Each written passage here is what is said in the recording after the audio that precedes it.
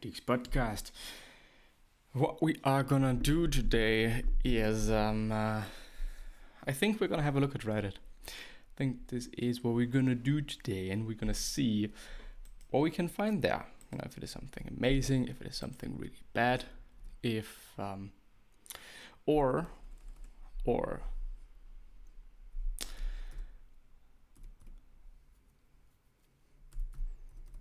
we could also have a look at the netaliason.com site.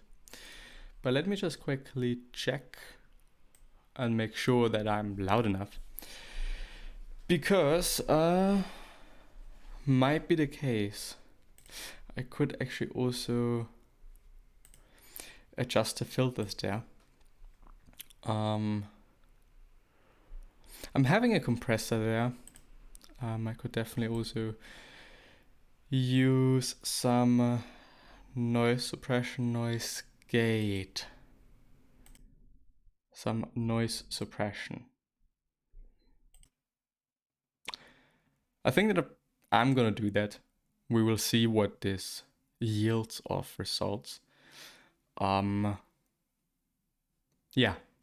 I think that is it. Maybe it is good, maybe it is bad. We're gonna see. I'm really trying to lower the overall time cost for me in I mean, at this point in just so many fields, I think, and well, I'll see. And if this works fine, then it is amazing and we can do that. If it is not the case, man, it is what it is. The dialogues of Socrates. So we therefore might have a look, and I'm going to show you there. Where are we? Here we are. You probably know the netaliason.com site, or neteliason, I would assume. Seems to be a Nordic name. We're going to go through something productivity related. Even though I don't know. I don't know if productivity is the real thing to think about and or to have in mind, or if it is actually indeed about, well, maybe working on the right things. I guess productivity is not productivity, at least not always, and therefore I think it's important to keep several different opinions in mind and several different factors essentially in mind. Work clean. Design your work. I think that I've probably gone through all of them before. A useful book for reducing your addiction and reliance on technology while increasing the benefits you derive from it. Good for being mindful about controlling your tech instead of letting it control you, by Cal Newport, who is an author and I think journalist. But yeah. I don't know if I already went through Managing Oneself by Peter Drucker or Peter Drucker, it really depends. The most successful people manage themselves. How to do that, including effective questions to ask yourself and others in order to make sure you're playing to your strengths and that everyone is lifting each other up. Sounds actually quite good, and 8 out of 10 looks also quite good, as well as Work Clean by Dan Charnas, I think. One of the best productivity books I have read, discusses how chefs work and how you can apply it to your daily life. I have implemented a number of the strategies into my personal system, and I think most people could benefit from reading through it. So I think that we're going to go through that one. Because as far as I remember, I have not gone through this yet. There, by the way, if you're willing not to listen to myself, but rather to Ned Eliasson, there is a podcast episode from the Made You Think podcast, I would assume. Number 18, what chefs can teach you about productivity, blah, blah, blah, blah, blah. The summary notes. Let me see if you can see everything. Seems to be fine, seems to be good. Part of developing good MEP is having a plan of how everything will happen and a map of where everything should be. You should know where all of your tools are blindfolded. When you stir something, you cool it, and it takes longer to cook. Chef simply means boss in French. Chaos, how we work without MIP. The funny thing is, I mean, chef simply means boss in French. I mean, I guess chef is the same as in German. When I'm having a boss, indeed, I will call this person chef. Mein Chef, my boss. But yeah, chaos, how we work without MIP. Is there actually some explanation for what MIP is? Never mind. A big part of our overwhelm with work occurs because we never been taught how to manage that work.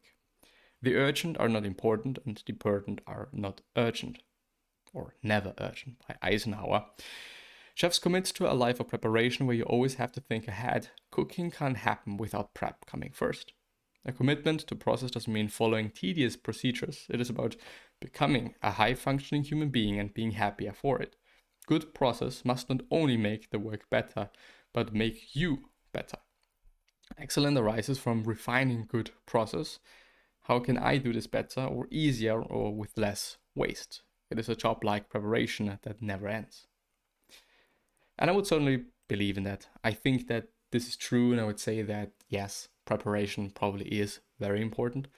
I do hate preparation though. So I guess it is about figuring out a way in which, incorporating it for everyone.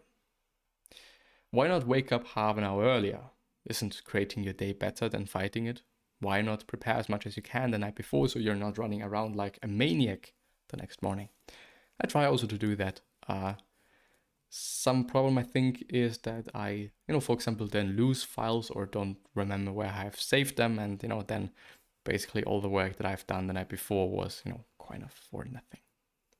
Making a list of things to do isn't enough. You also have to square it with the clock. How long will all of these things take? How much can I actually get done given my time resources? What order will I do them in? What makes sense? Maybe doing the most important things first, things that, are really bothering you. If you, maybe forget about them and have to do them later in the day where you would like to do something different. Maybe also creative work versus just work, really trying to, I mean, it depends on you. I think some people work or can work more creatively in the morning. Some people are better at doing this in the afternoon or night or whatever. So I think just, scheduling things in a way that just works for you and trying to figure that out, what the sequence is quite crucial and or advisable.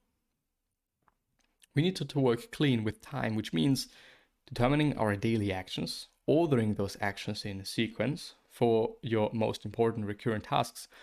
Log out how long they take so you can make accurate predictions of how long they'll take in the future, such as writing an article or preparing an email report.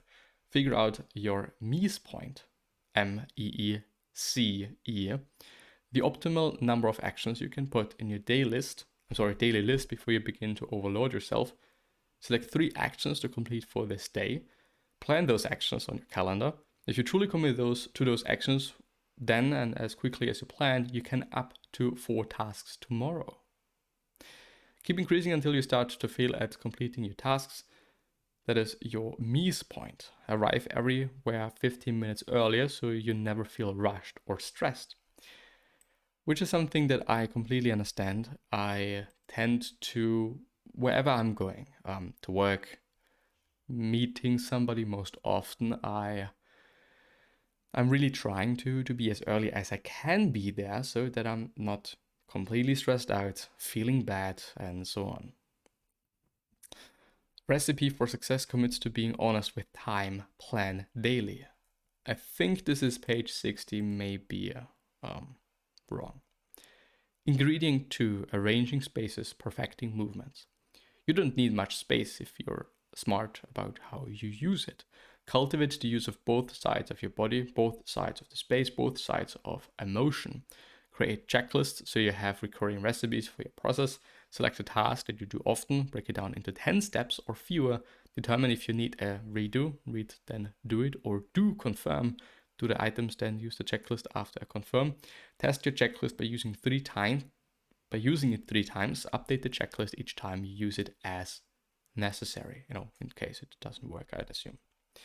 Ingredient number 3, and the last one for today, cleaning as you go. You cook the way you look, the cleaner your station, the faster you work. Practice coming to 0 every hour. Take a minute to straighten your physical and digital workspace, no matter what you're currently doing. Try knolling or knolling, Knolling. Scan your environment for anything not in use. Put away everything not in use. Group all like objects and align or square all objects to either the surface they are on or the studio itself. Recipe for success commits to maintaining your system, always be cleaning. And with that being said, I'm going to end the episode there. I really do hope that I've been able to share something, or that got the name of the author, was able to share something or tell you something quite important. I guess that it is, or I believe that my point of view, it is an interesting concept in terms of, it really makes sense, cooks need to be fast and very efficient. So, why not?